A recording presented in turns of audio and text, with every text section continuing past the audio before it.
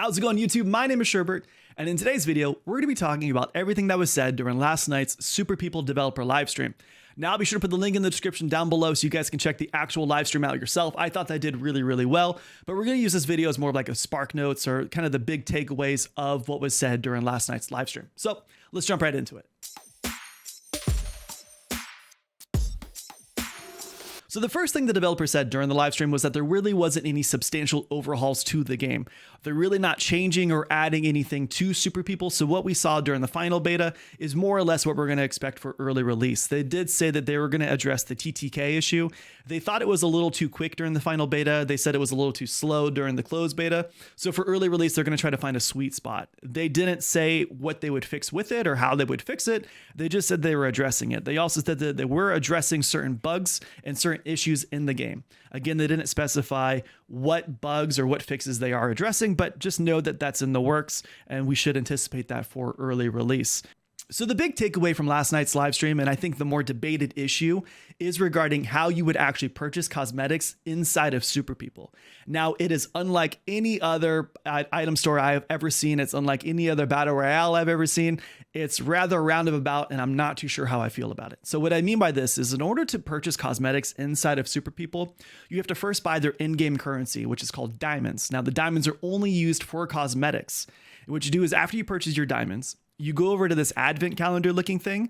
There are 10 they're 10 by 10 squares, right? So there's 100 all that you can choose from. You randomly click squares at your discretion, however many diamonds you want to spend. When you open up these boxes, they're going to show you a random item in that outfit and how long you actually rent it for. So you don't actually purchase the outfit right out. So you rent it for X amount of days. For example, the developers bought 5 diamonds. They used it on this witch costume. The first one they got is the gloves for 3 days. They got the hat for 3 days. They got the gloves for 5 days. They got the hat for 3 days, and they got the body for 7 days. You'll notice that there's 4 items that you can use for your outfit. They did not get the boots.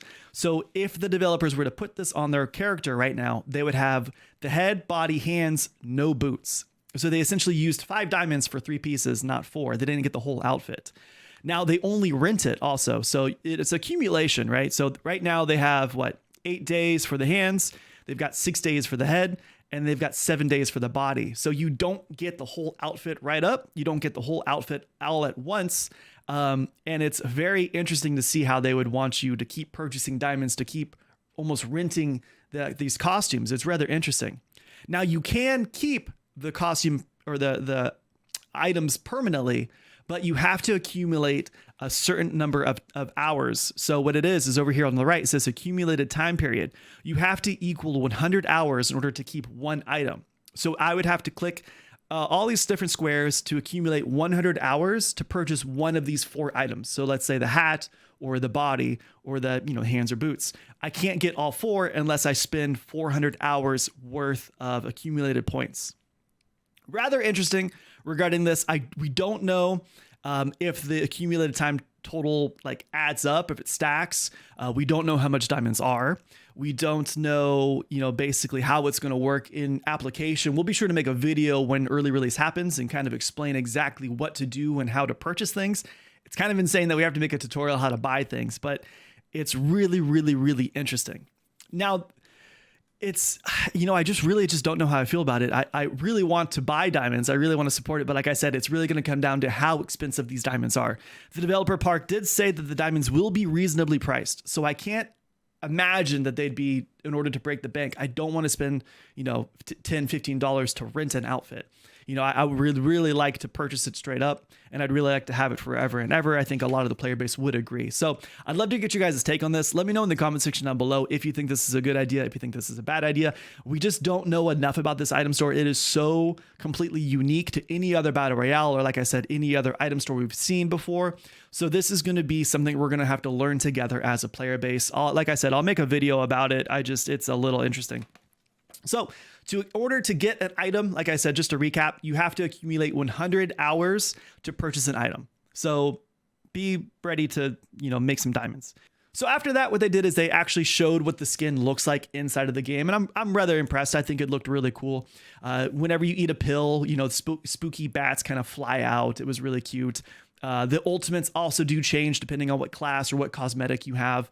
For example, for the Witch, on Gas Soldier, they used their ultimate. It was this really cool purple-blue flame that shot out. I thought it was really cool. They did also show that they are kind of doing some changes regarding the map to kind of show a little more festive. There's Halloween, like pumpkins and scarecrows and like spooky bats and jack-o'-lanterns everywhere. It was actually really cool. I liked it. I thought it was really cool that they're implementing more of just like seasonal things to the game. I thought it was fun.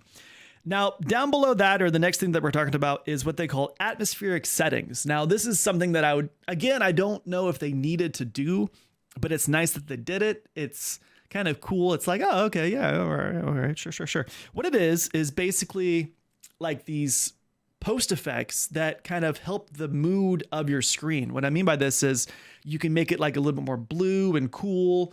You can go back to the original settings that we saw in the final beta, so it's a little bit warm and brighter.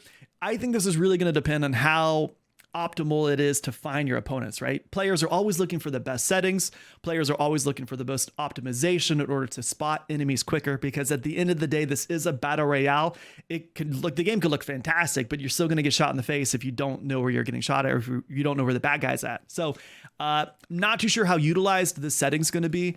This is going to be something that we're going to have to see more in early release to see if this is even applicable. We may not even touch it. It may just stay default. We just don't know enough about it.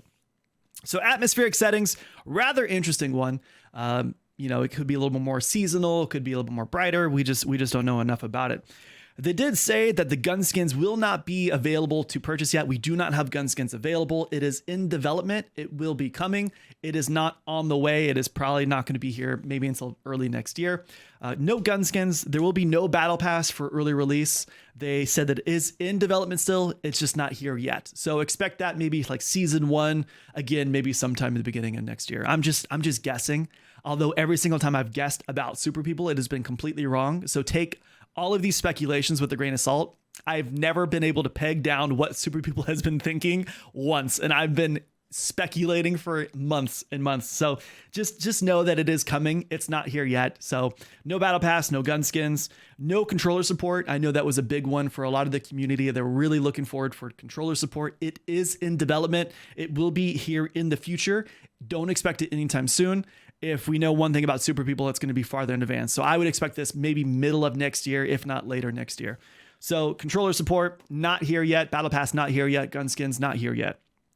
They did also say that you can solo queue into tournaments now.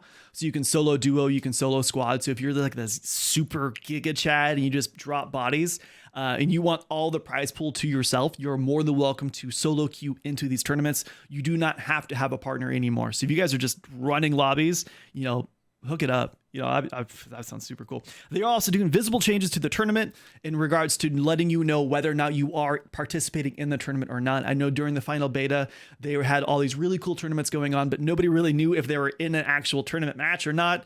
They're going to have this UI interface that shows you whether you're in a custom game or a public game or in a tournament. So we will see a little bit more visualization on letting us know who's participating and who's not. This is going to work out really good for our shoutcasts. They did also say that you will be receiving diamonds, which is the in-game currency for winning these tournaments. So again, if you guys are this Giga Chad, don't even worry about spending money, just win these tournaments, get these free diamonds. You can get as many cosmetic skins as you want, but you will receive diamonds for winning tournaments. Again, Park did mention that the diamonds will be reasonable. So again, we just don't know how much they are. A lot of the people in chat were asking how much will a diamond represent to, US currency or just currency in general. They didn't specify, so we just don't know. We don't have the information yet. I'll make a video on Tuesday, which is when the game comes out, which will be really fun. They did lastly address sound adjustments. They said that they are adjusting and they are fixing audible footstep sounds. They said they're going to balance the gunshots to footsteps. They said that during the final beta, the gunshots were a little too loud and you couldn't really hear anybody walking. They are adjusting it so you do hear footsteps easier. They did also say that they are adjusting vertical audio. They're fixing vertical audio. I know that was still a big problem in the final beta. I know that was a big problem in the closed beta. It is a work in development, but they are fixing it and it is being adjusted. So the big takeaways of this video, or the big takeaways of the live stream, is that the cosmetic store is going to be a puzzle and a half.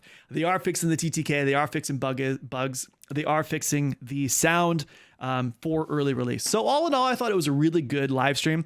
This is their third take at it. This is their third format of doing the live stream. I thought this version of it was actually the best. The first one was a little confusing. I felt like the English team was just kind of like trying to keep pace with the Korean developer team, and they just couldn't keep up.